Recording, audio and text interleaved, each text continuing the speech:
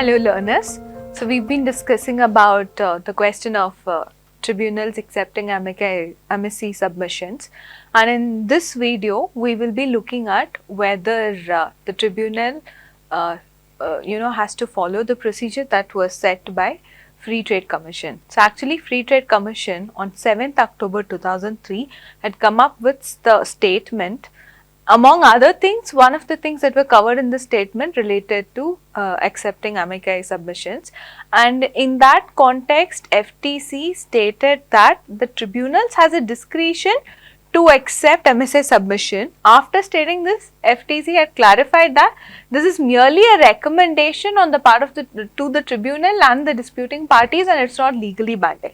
Whatever FTC is saying is not legally binding, but FTC has clarified that the tribunal can exercise its discretion to accept amici submission. So this interpretation comes after the Methenix Tribunal had decided the question of accepting amicus curiae submissions in favor of accepting those submissions, right? So the interpretation comes later after this question is decided by Methenix Tribunal, and after stating that, even though it stated that it's recommendatory in nature, FTC had laid down certain provisions, procedures as to how this should be made. Firstly, before making an amicus curiae submission, the tribunal or the amicus curiae has to first take the leave of the tribunal. That's what was said.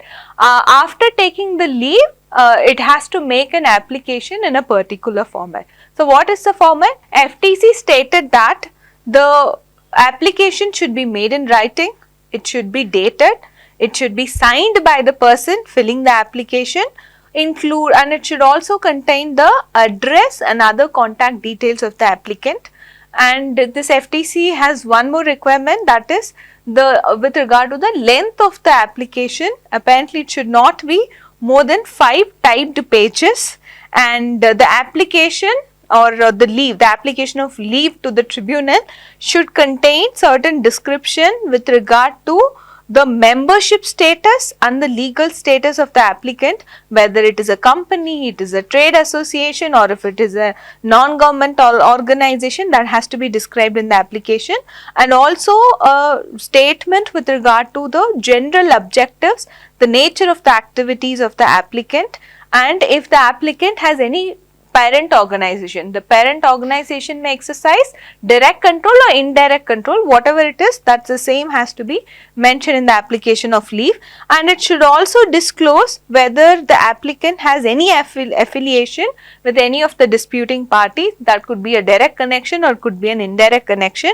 It should also reveal if it gets any funding.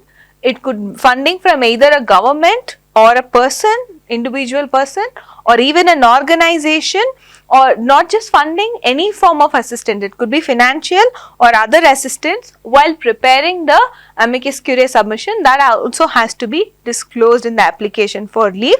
Other than that, the applicant should also identify the specific issues of fact or law that is the subject matter of the particular arbitration which the applicant wishes to address in the written submission, and the applicant should also give reference to the certain factors addressing why the tribunal should accept the submission, and the application should be made in the language that is also the language of the arbitration. So basically FTC stated that, it had laid down certain procedural things with regard to the application of leave, and this application of leave should not only be sent to the tribunal, it also should be sent to the disputing parties along with the tribunal. Once application of leave is received, then the tribunal requires the disputing parties to comment on that, to make their, to sort of give their opinion with regard to the application of leave. Once the tribunal receives the comments from the disputing parties, then the tribunal would take a decision with regard to if it should allow the amicus curiae submission or not. So while taking such a decision, the tribunal looks at certain factors. What are those factors? So the tribunal will look at if the non-disputing party submission, that is amicus curiae submission, will it in any way assist the tribunal with regard to determining any factual or a legal issue that is related to the arbitration, if it will bring a fresh perspective or a particular knowledge or an insight which is completely different or otherwise different from that of the disputing parties. So that's one factor that the tribunal will consider.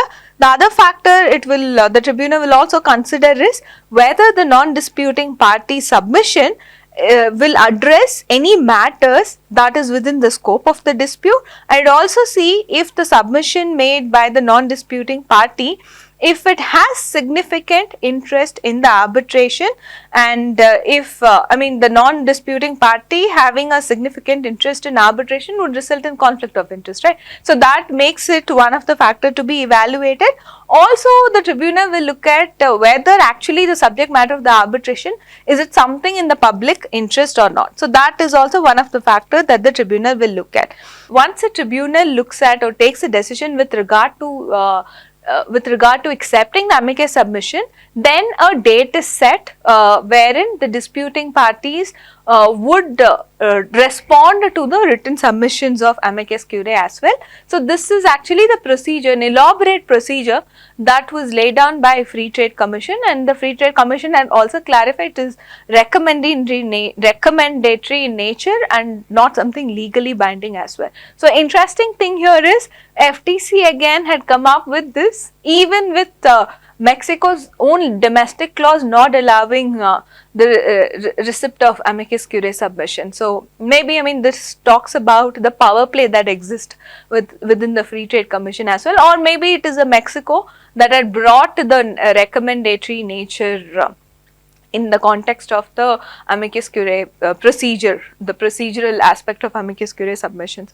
We will have to delve deep into the negotiating history behind that statement to authoritatively comment on this, but on the face of it, this is how it appears to be. And it's interesting, but after to know about FTC's interpretation after we had read the submission of Canada, Mexico and US with regard to accepting amicus curiae submission. So in the next video, we will look at some of the other investment disputes wherein the question of accepting amicus curiae decision had come, and these disputes came later in point after Methanex versus United States, and how were these questions entertained by the arbitral tribunals in those respective cases. So that way we'll have a holistic understanding as to how the acceptance of amicus curiae submissions happen, acceptance or non-acceptance of amicus curiae submission happen in the case of an investment dispute. So for this reason, it is important for us to look at other cases beyond Methanex versus United States. We'll do that in the next video, which will be the final video for this segment, this lecture. Thank you.